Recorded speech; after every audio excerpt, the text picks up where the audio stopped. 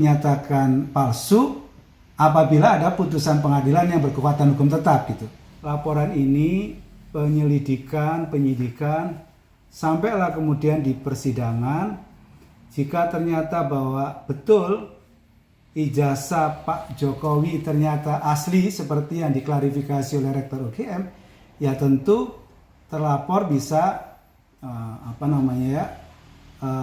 terlapor bisa dikenakan bahwa terbukti melakukan misalkan pencemaran nama baik, fitnah atau menyebarkan berita bohong misalkan. Pelapornya?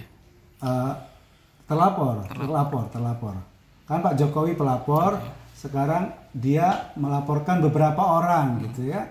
Yang sementara ada 4 orang tapi belum disebut namanya sebagai pihak terlapor. Yang kedua, jika sebaliknya nanti di persidangan ternyata bahwa dugaan ijazah palsu Pak Jokowi itu adalah terbukti bahwa itu palsu, tentu ada dalam konteks hukum administrasi itu berlaku prinsip bahwa asas keabsahan tindakan tata usaha negara atau yang disebut Rechtmatigheid van Bestuur. Jadi ijazah Pak Jokowi itu baru dinyatakan palsu apabila ada putusan pengadilan yang berkekuatan hukum tetap gitu. Dan sejak itu ke depannya maka tidak bisa digunakan lagi karena ijazahnya palsu. Tetapi sepanjang itu dipakai untuk mendaftar ketika menjadi calon wali kota Solo, kemudian calon gubernur DKI, sampai kemudian calon presiden, dengan ijazah itu tidak berarti bahwa semua produk keputusan wali kota, gubernur DKI, dan presiden itu kemudian tidak sah. Kenapa? Karena berlaku prinsip yang disebut sebagai hukum ini berlaku prospektif. Jadi bukan kemudian ini semuanya menjadi menjadi tidak sah gitu. Pengambilan keputusan saat jadi gubernur, saat jadi wali kota maupun presiden tetap sah sampai kemudian ada putusan berkekuatan hukum tetap bahwa ijazahnya itu palsu gitu.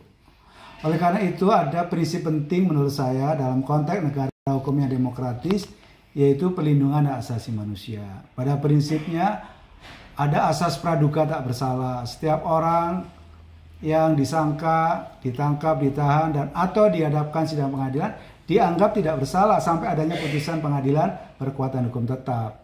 Dalam konteks kasus ijazah palsu, tentu mereka yang kemudian menyampaikan, menyiarkan bahwa ijazah Pak Jokowi palsu, tetapi tidak bisa membuktikan, ya tentu ada konsekuensinya. Ya, salah satu konsekuensinya adalah bisa dilaporkan dengan dugaan pencemaran nama baik, fitnah, atau menyebarkan berita palsu atau hoax. Gitu. Intinya ini langkah tepat untuk menyelesaikan masalah ini di pengadilan ya Pak, atau melalui jalur hukum?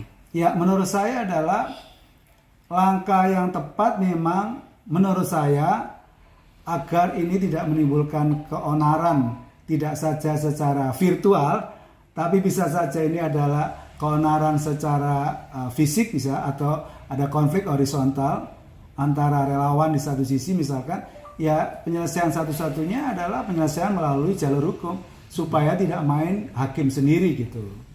Dengan penyelesaian secara hukum harapannya adalah tuntas, clear bahwa putusan pengadilan itulah yang kemudian harus ditaati, dipatuhi semua pihak gitu.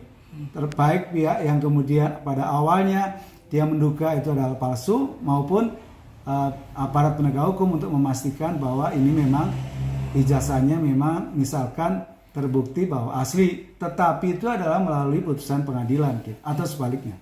Tapi nanti pun apapun putusan pengadilan, baik itu ijazahnya palsu ataupun asli, itu tidak akan berpengaruh terhadap kebijakan selama Pak Jokowi menjabat baik dari wali kota, gubernur maupun presiden ya Pak ya? Betul. Jadi nanti jikalau misalkan terbukti pengadilan mengatakan bahwa ijazahnya itu adalah palsu sekalipun, artinya tidak asli, tidak berarti kemudian itu berlaku surut ke belakang semua keputusan kebijakan yang dikeluarkan Pak Jokowi saat menjadi wali kota, gubernur, dan sampai presiden itu dianggap kemudian tidak sah, enggak. Tetapi baru ke depan itu berlaku prospektif, tidak berlaku surut gitu.